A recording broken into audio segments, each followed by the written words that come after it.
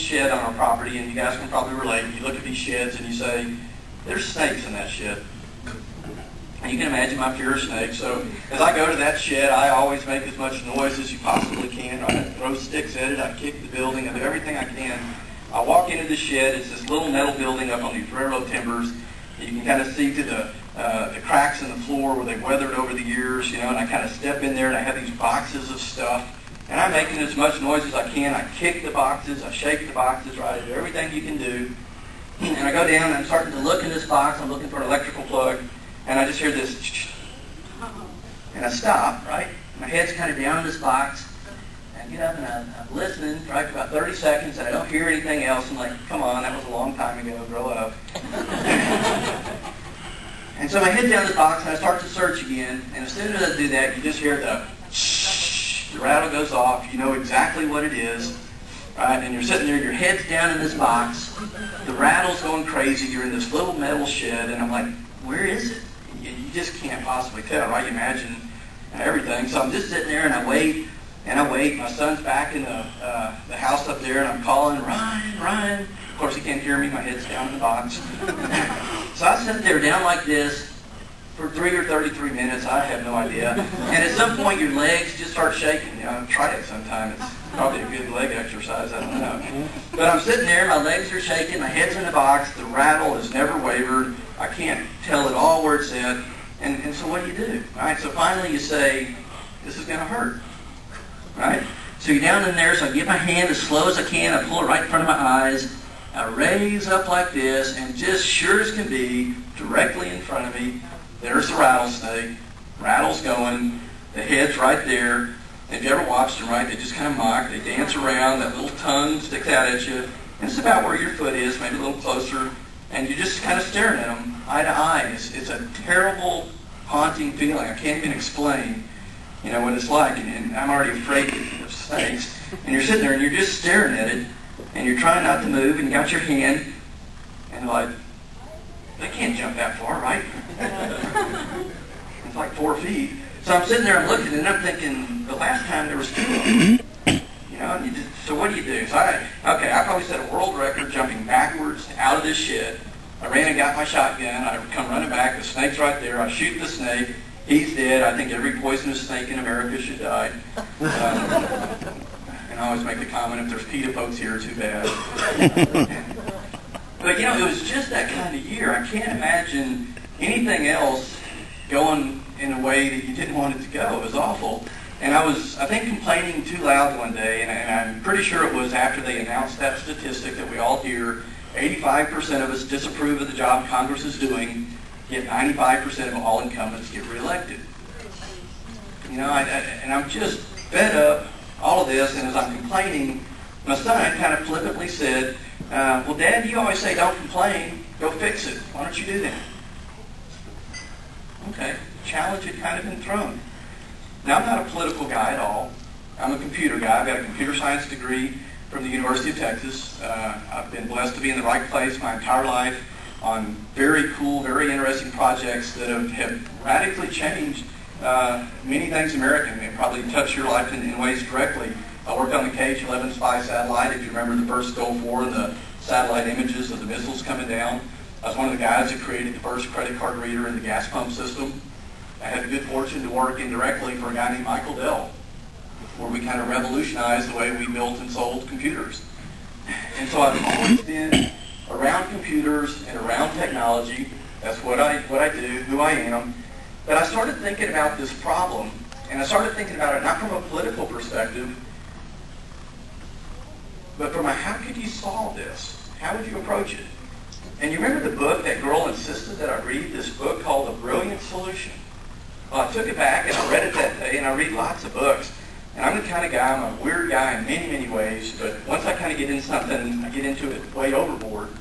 And so I started reading all about our founding fathers. I read Ben Franklin's biography, the Federalist Papers, Thomas Paine's Common Sense, Alexis de Tocqueville's Democracy in America, all the books from the day, and it was fascinating to me. For whatever reason, this stuff really, really had got me interested after that trip to Florida.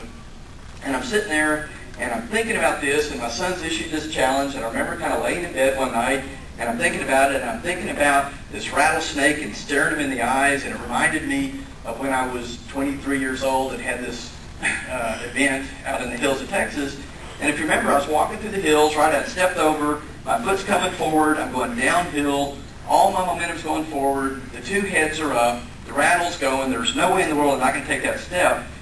Well, what I did, I swung my rifle. To this day, I don't remember switching from safety to fire. And right as I stepped down, I shot. And I killed what turned out to be two mating rattlesnakes, one 5'9", one 5'6", bigger around my arm. But I killed both of them with one shot from a rifle a split second before I stepped. And as I remembered that, and I've been reading all this stuff about the Founding Fathers, it hit me.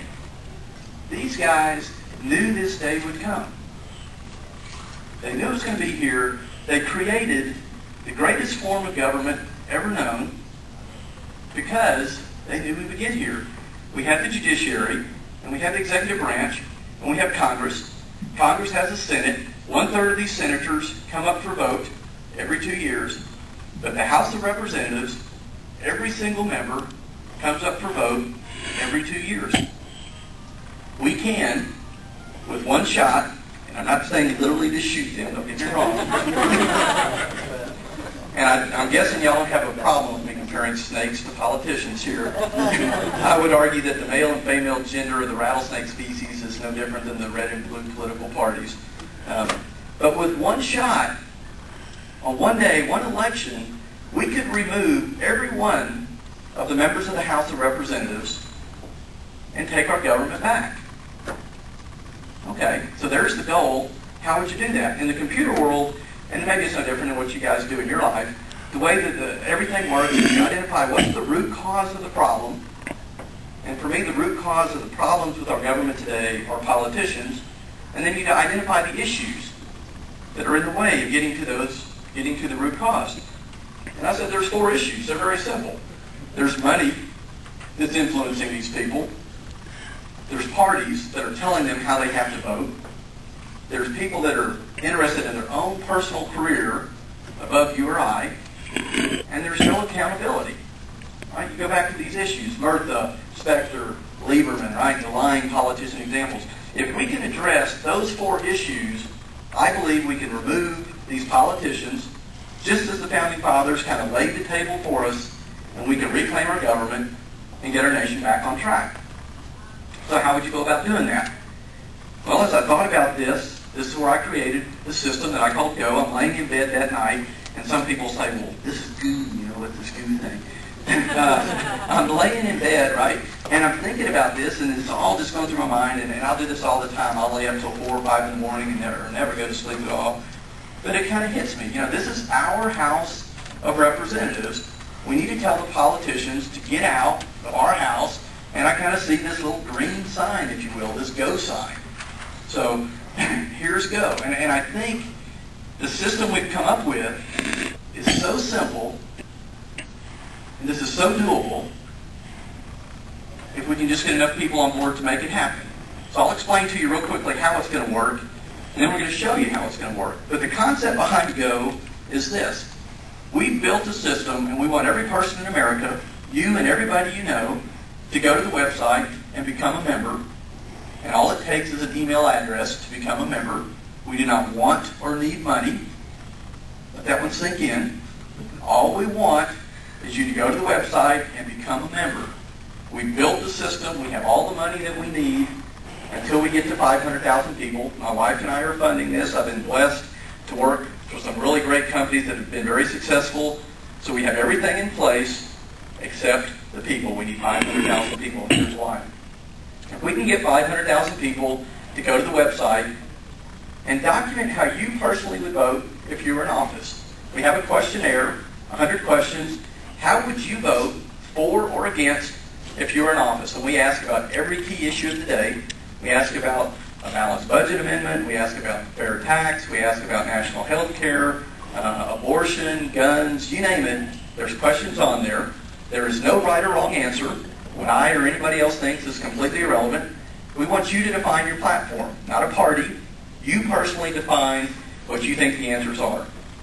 Once we get to 500,000 people, we will take those folks, we'll randomly sort them into